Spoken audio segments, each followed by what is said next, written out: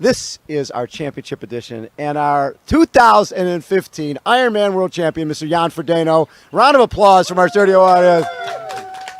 Wearing his foliage. Always good to be wearing foliage the day after the Ironman. What's it feel like? Yeah, it's really great to have this crown, to have it on my head. You know, I've been watching the interviews. Obviously, last year I watched it, and I think Rennie walked out just ahead of me, and I'm like, I'd really like to be wearing one of those right now. And to be honest, it's still a little bit surreal. You know, it's been a crazy couple of weeks beforehand, and last night the whole thing hasn't really sunk in yet. So I'm just making sure I'll wear this and kind of hoping not to wake up from the stream just yet. This is our championship edition and our 2015 Ironman World Champion, Daniela Ryf. So is it sunken in? How are you feeling? I'm feeling great. I mean, I still cannot really believe it that it happened. You know, Yes. it's still sinking in. Yes. It's been an incredible day yesterday, and I try to. There's like a movie, you know, it keeps playing, and I'm like, yeah, I really did it. So it's a great feeling to actually, you know, show your best at the day where it really counts. Yeah. Yes, and you looked so good on the run. I've watched you run here a lot of times, and I don't know what it was, but you look stronger, you look fresher. Did you feel it yourself? Yeah, that was a completely different run experience than I've had. I just felt more relaxed and like I was enjoying it a bit more. I think maybe I've kind of tried to force it a bit too much in previous years. I felt good, and it was, you know, I came off in a different position. I was trying to run myself back onto the podium, and that feels different as well. So that way, rather than feeling like you're the hunted, yes, you're the prey, you're the hunter. Yes, right? yeah. And you're running and you're using your run as a weapon rather than trying to be defensive with it. Yes, and I bet that's more fun. It is much more fun. Yeah. And yesterday we saw you coming up Palani, and you were about 5:45 back, and you were fifth, sixth, something along that line. Then we heard later that it was down to 2:45. You're really eating into the lead. When you were in the energy lab, and you see Jan Frodeno, you take a look at him and try to see how he's looking, and if there's any cracks potentially that you can take advantage of. What were you thinking when you saw him? To be honest, when I hit the half marathon, I heard that I was almost 3 minutes or 3 minutes 30 behind Frodo, and I thought, he got 6 minutes, and now I'm down on 3:30. Maybe there's a chance to catch Frodo. And but it's a marathon, so you feel good and you feel bad. Yeah. And when I started heading into the energy lab, you know, I wasn't feeling right. Yeah. I got this moment for the next, let's say, 3-4 miles when I was hurting very badly. So there's always this scenario. From one moment to the other, you're looking forward maybe to catch up with other people. Then you got to worry about people coming behind. Oh, absolutely. And when I was at the energy lab, I struggled badly. So I thought, now it's time just to look bad to manage your third place. So when I got around at the turnaround, and I thought, how's the gap to Sebastian? Because Sebastian was at fourth place, and he was looking way stronger than I was feeling at the moment. So I was worried to lose my third place at this point.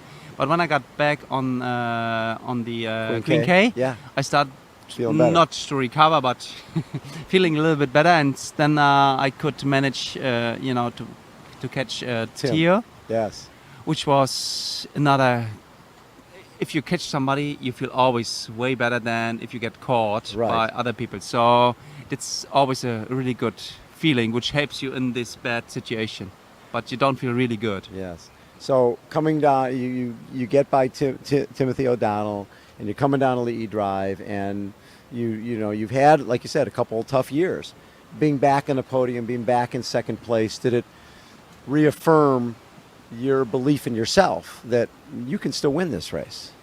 Yeah, definitely. So I was very emotional. Yeah. And when I crossed the finish line, I said, I'm super happy with the second place.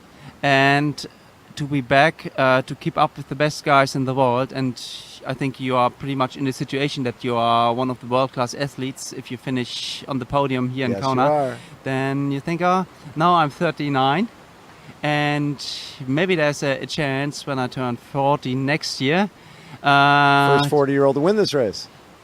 I mean, I got now 3 second places and 2 thirds, so You're missing one. You're missing that first thing. We talk about that this race is predictable because it's unpredictable.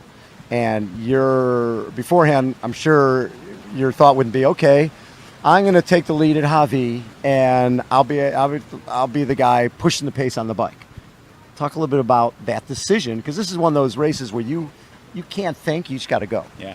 No, yeah, I actually wrote that down every mile what I wanted to do, and played out perfectly. Yeah. No, I talked with Mark about this. When you come into this race, you can't really have a set game plan. You have to be dynamic, because the race is so dynamic in itself. So I took an opportunity when I saw one presented to me. And my original idea was I don't want to get dropped going to the turnaround of Javi. Every year I've done this race, that's where I lost the race. So I went up to the front just to make sure that didn't happen, and made the turn. And then I said, well, maybe I'll get a little gap on the Germans when they come bombing down the descent, since they love to push it. And look back, and Nobody's one came there. up. Yeah, so I said, okay, well, I got an opportunity here. Let's make this my strategy. I'm going to go off the front. And I thought to myself, first, I'm like, you're not the guy that's supposed to be off the front of the bike in Kona. Yes, you are. Then I said, why not? Yeah, Right. Why not me, Bob? Exactly. Why can't I be off the front of the bike? Exactly. So I just went with it. Take me through the race yesterday.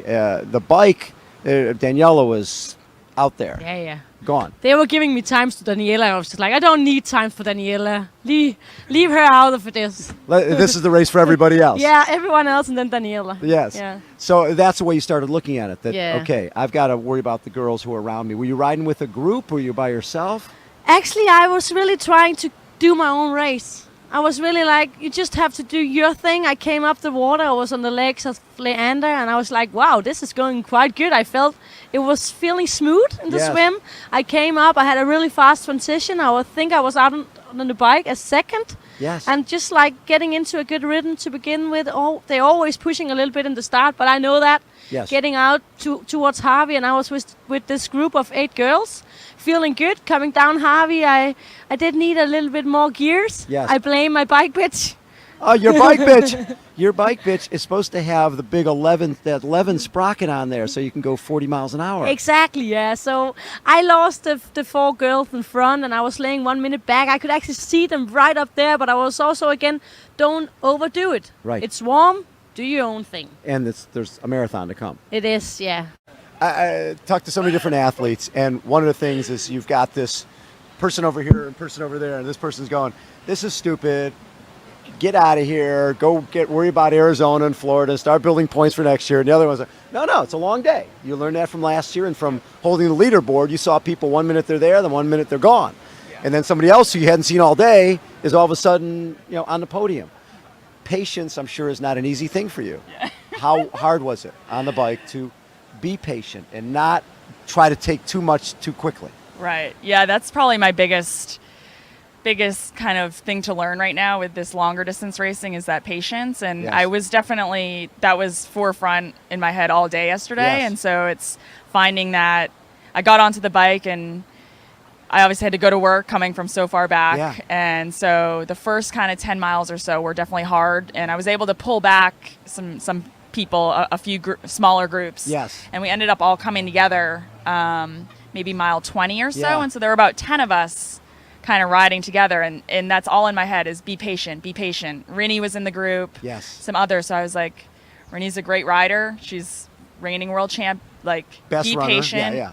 So in my head saying to myself, I wanted to be strong the second half. So I'm like, okay, I'm in this group and I'm going to wait, just save energy till it's time to go and make my move. And I thought it would be later on, but then when you get in a group on the bike, it's kind of can be almost negative riding. Like nobody wants to go to the front and it's not that quick. And I realized quickly that I was losing time. And so then it was, You got to go. you still have to go, and yet you still have to play that be patient card.